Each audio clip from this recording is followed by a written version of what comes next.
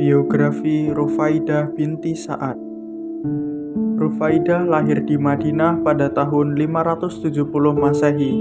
Ia termasuk kaum Ansor golongan pertama penganut Islam di Madinah.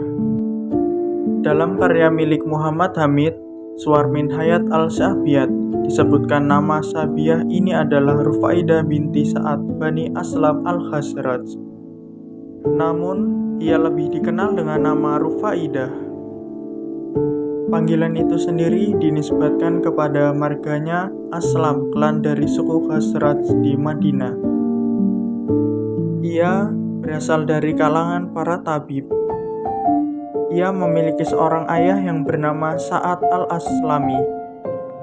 Ayahnya adalah seorang tabib terkemuka, bahkan seorang pimpinan atau imam para tabib di kalangan masyarakat kota Madinah. Ayahnya juga dikenal memiliki kemampuan pengobatan yang terkenal di seluruh jazirah Arab. Bahkan, masyarakat mengklaim bahwa ayahnya dapat menjadi perantara dalam penyembuhan penyakit melalui doa-doa dan jimat yang ia miliki. Pendidikan Rufaidah binti Sa'ad. Terkait pendidikan keperawatan yang diterimanya, didapat dari ayahnya yang berprofesi sebagai tabib. Praktik keperawatan sudah melekat di kehidupannya dan telah dimulai sejak masih kecil. Ketika sudah menginjak usia remaja, ayahnya meminta ia bekerja sebagai asisten ayahnya. Hingga usia dewasa, ayahnya memberikan kepercayaan kepadanya untuk mengembangkan kemampuan dalam merawat. Pengawasan sudah jarang dilakukan lagi oleh ayahnya ketika ia sedang merawat pasien. Ayahnya telah mewariskan praktik keperawatan dasar masyarakat Arab dan kemudian dikembangkan ketika periode Islam di Madinah. Ketika Islam masuk ke Madinah pada abad ke-7, ia telah menjadi mukhlaf dan berhasil menggabungkan keilmuannya dalam bidang keperawatan dengan ajaran Islam. Kemudian berkontribusi terhadap kesehatan umat Islam di Madinah. Pada masa peperangan telah ikut serta ke medan perang untuk menangani orang yang terluka, dan ketika damai ikut andil dalam aktivitas sosial di masyarakat kota Madinah. Peranan Rufaidah binti Sa'ad dalam ilmu keperawatan ketika Islam masuk ke Madinah.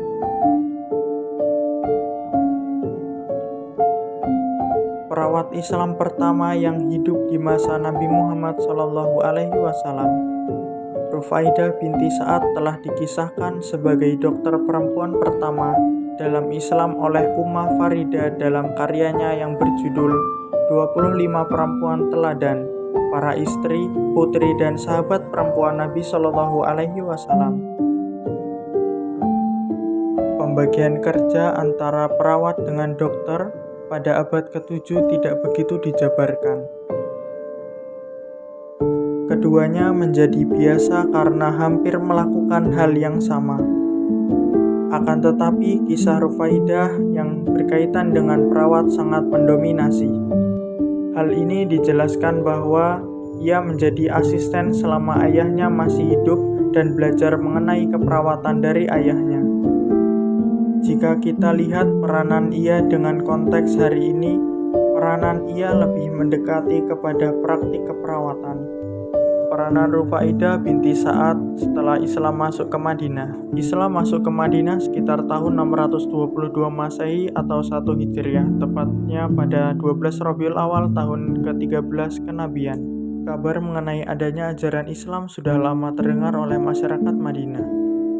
Dikisahkan oleh Ahmad Syauqi Al-Fanjuri bahwa Rufaidah sudah mengetahui adanya seorang Rasul yang membawa risalah baru dari Mekah yang membawa perubahan bagi para pemeluk-pemeluknya, terutama ajaran untuk meninggalkan yang batil dan mengajak manusia kepada kebajikan. Rufaidah binti Sa'ad berbaiat pada Nabi Muhammad setelah Nabi Muhammad hijrah ke Madinah. Saat itu ia termasuk ke dalam golongan pertama yang masuk Islam.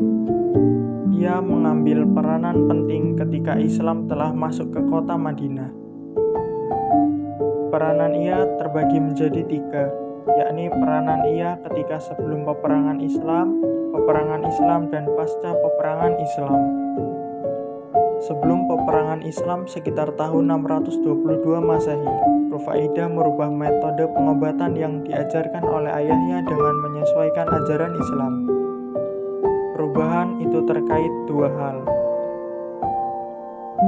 Pertama, terkait dengan tempat yang biasanya dijadikan oleh ayahnya sebagai tempat pengobatan. Ia membersihkan tempat itu menjadi nyaman dan bersih.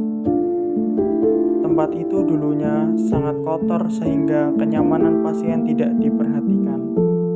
Perubahan ini dilakukan atas dasar ajaran Rasulullah SAW bahwa Islam merupakan agama yang mengedepankan kebersihan, karena kebersihan sebagian dari iman. Kedua, menghilangkan jampi-jampi dan jimat untuk mengobati pasien. Menurut ajaran Islam, itu bersifat syirik. Hal ini merupakan salah satu dosa besar. Ia menggantinya dengan doa-doa dan sholawat yang diajarkan Rasulullah kepadanya. Atas perubahan-perubahan itu, ia memiliki keutamaan pada zamannya.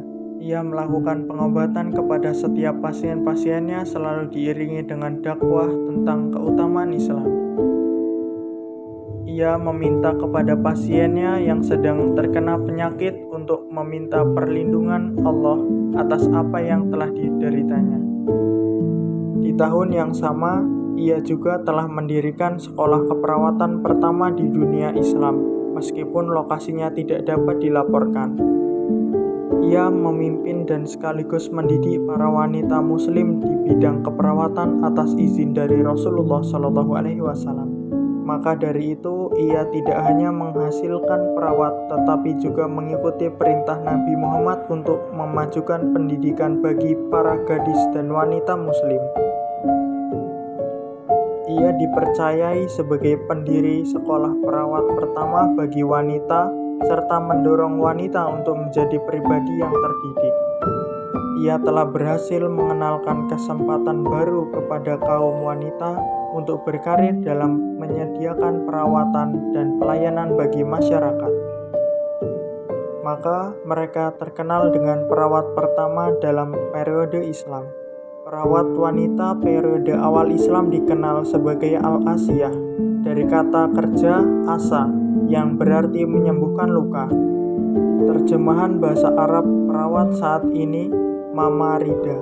Selanjutnya, ketika peperangan Islam berlangsung sekitar tahun 623 sampai 630 Masehi, Rufaidah dan kelompok Al-Asiyah pergi ke Rasulullah.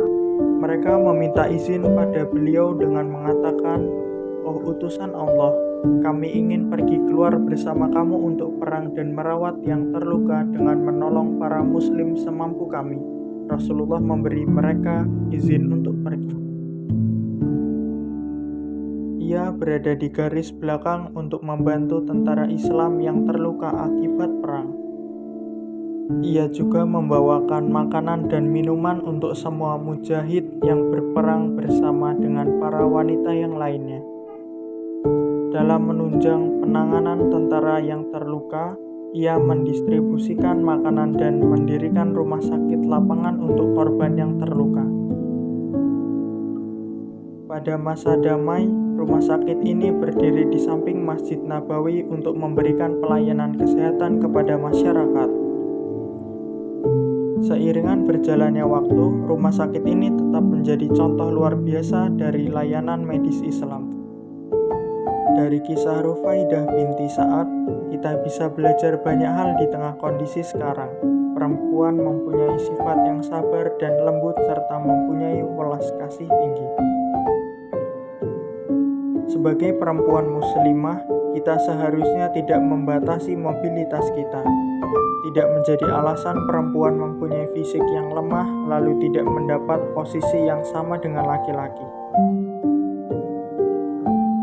Buktinya, banyak perempuan yang berhasil dalam memimpin dan mengambil keputusan dalam bidang kesehatan.